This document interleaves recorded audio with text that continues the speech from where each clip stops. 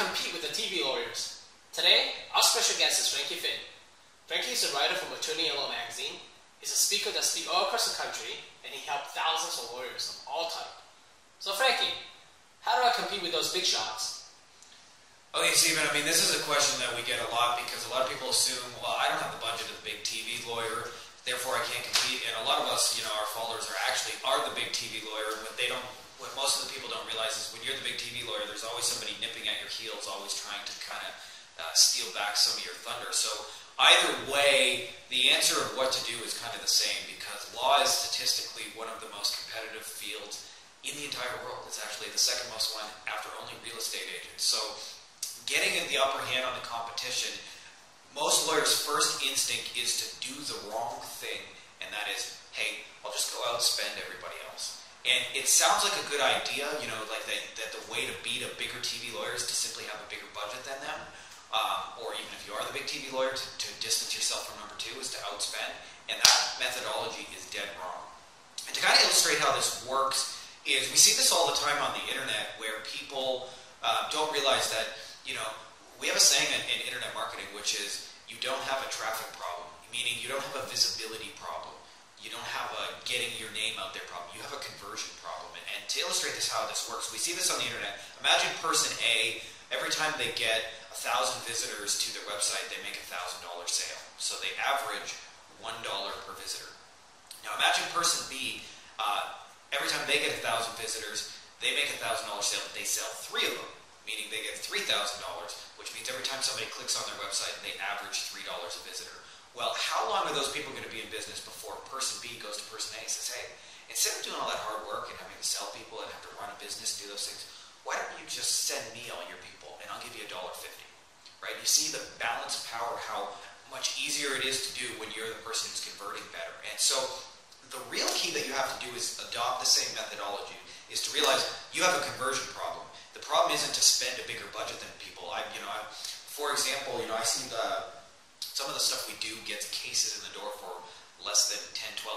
Now, when you do that, it really you can spend as much as you want to do. So I want you to get really, really back to the basics and start mastering the fundamentals. So the 3 most important fundamentals that you can ever do for managing the law practice, the first of those is your targeting.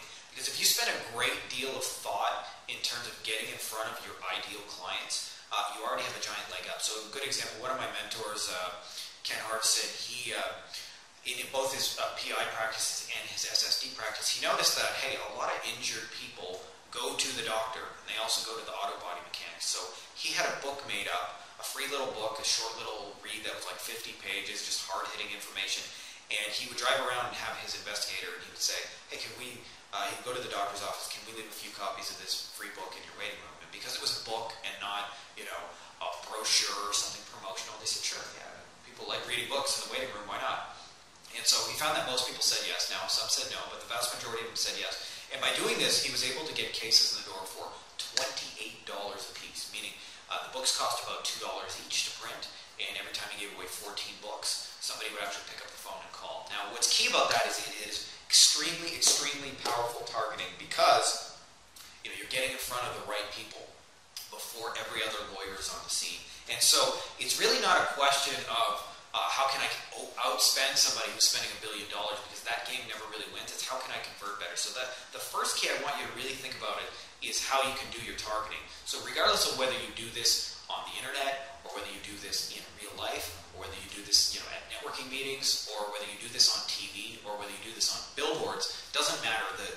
The better you are at getting in front of the right people makes a great deal of difference. So for example, one of the things a good friend of mine named Luke is doing right now is he's helping personal injury lawyers get motorcycle accident cases. Well, he goes to all the groups where all the motorcycle groups gather and different Hells Angels and whatnot. So, obviously they're having great success doing that because they're getting in front of the right people.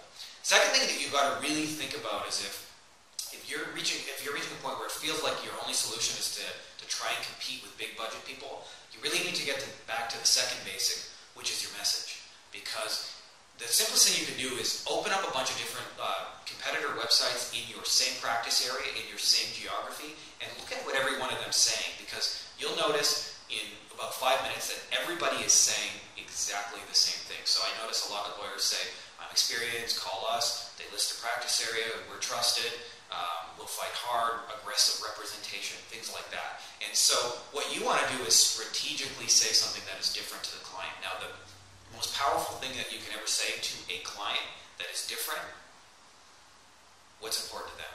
Instead of trying to peacock like most lawyers do and talk all about yourself, talk about the issues that are relevant to them. So a good friend of mine named Jerry gets 43,000 hours of video watched every month. That's with no paid traffic, no SEO, no backlinks. In fact, his advertising budget is zero. He runs a multiple, seven-figure practice. And he does this predominantly just answering client questions on YouTube. And why does he do that? Well, because what's important to a client? Well, the things they want to know, right? Which is, in his case, because he does personal injury and medical malpractice, they're things like, how long is this going to take? How much money am I going to get? And so forth, right? So he's just answering questions that clients are asking him all day long. And by doing that, it's a much, much more powerful strategy. If you can remember those, anybody here remember those cheesy Ginsu knife commercials from the 80s, if you're old enough to remember them? And I don't know if you remember, but if you did, they would cut a shoe in half. And the question I always wondered is, why did they cut a shoe in half? And the reason they do that is because it's something, instead of having to sell themselves and run an ad that said, say, for example, sharp knives, it's what we call a dramatic demonstration. And a demonstration of your expertise is infinitely more powerful than saying your experience. Is showing your experience by helping them to get answers. In fact, there was a guy in Florida, they sold hurricane-proof windows.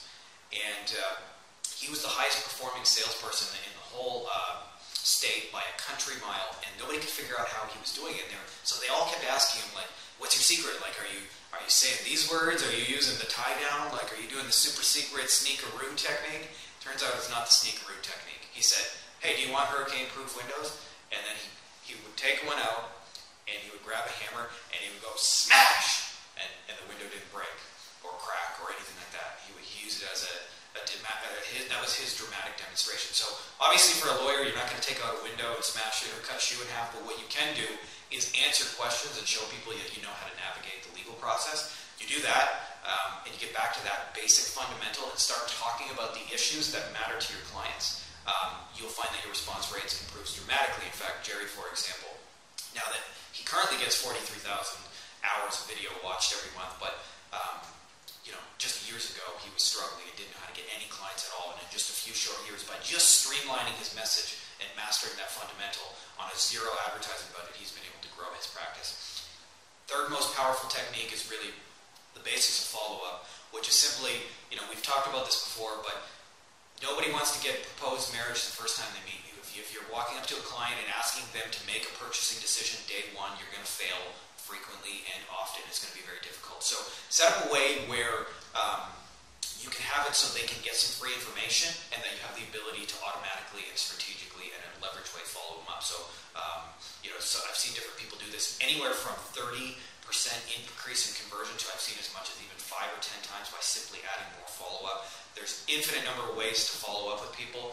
For example, if they visit your website and they decide not to call you, well, in today's technology, you can retarget them. If you're not familiar with this term, it means what I call digital stalking, meaning that we use Facebook for this, but it allows, if somebody visits your website, doesn't pick up the phone and call, then we know that they're still interested in the services we offer. They just haven't retained a lawyer yet, so we continue to market them on Facebook, knowing that they've already visited our website once. If people are calling you on the phone, but then not taking that action, if you add more strategic follow-up, I've seen that one step, just add 30% to a practice, that one single step is just adding more follow-up. If you're getting consultations and they're not booking, follow up. And if you want more referrals at the end, follow up. There's no real magic, it's really in the repetition. So if you focus on those 3 big fundamentals, which are make sure to spend a great deal of thought getting in front of the right people, talk about the issues that matter to them, and have a strategic process that is more than just, hey, you just met me. How does that Carly Rae Jepsen song go? Hey, I just met you. Something, something. No, I can't remember, but it's a marriage proposal. So if you don't do those 3 things, including terrible karaoke, what you'll find is that you'll be able to compete with the big TV budget lawyers. I've seen anywhere from getting cases for $10 to $50, even in this day and age where you probably can't even get clicks on Google for that price, because when you really get dialed into the fundamentals, some of my mentors have been able to grow 7 to 8 figure practices, spending just $6,000 a month in advertising. And a big part of that is because their processes for those 3 things I just described are so spot on that they don't have to spend a lot to get cases. So if your first instinct is try and compete budget for budget with a big TV lawyer, bad idea. Focus on getting the basics, the conversion, and what you'll find is when it converts, you get paid to acquire clients, and it becomes profitable. You know, if you, for example, if you do something like divorce, and your average client might be $5,000 to $10,000, if you can spend $100 and get a $5,000 client within days, guess what? You can spend $100 again. And so it makes it very, very easy to scale. When your conversions are dialed in, you don't really have a budget. You'll have a whole bunch of difficult issues with scaling and managing clients, but you will not have issues with getting them in the door in the first place. So the short answer is do not compete with the TV lawyers on budget and get back to the fundamentals, because it will change everything you're doing. So Frankie Finn, the Legal Marketing Jedi, may the force be with you. Over and out.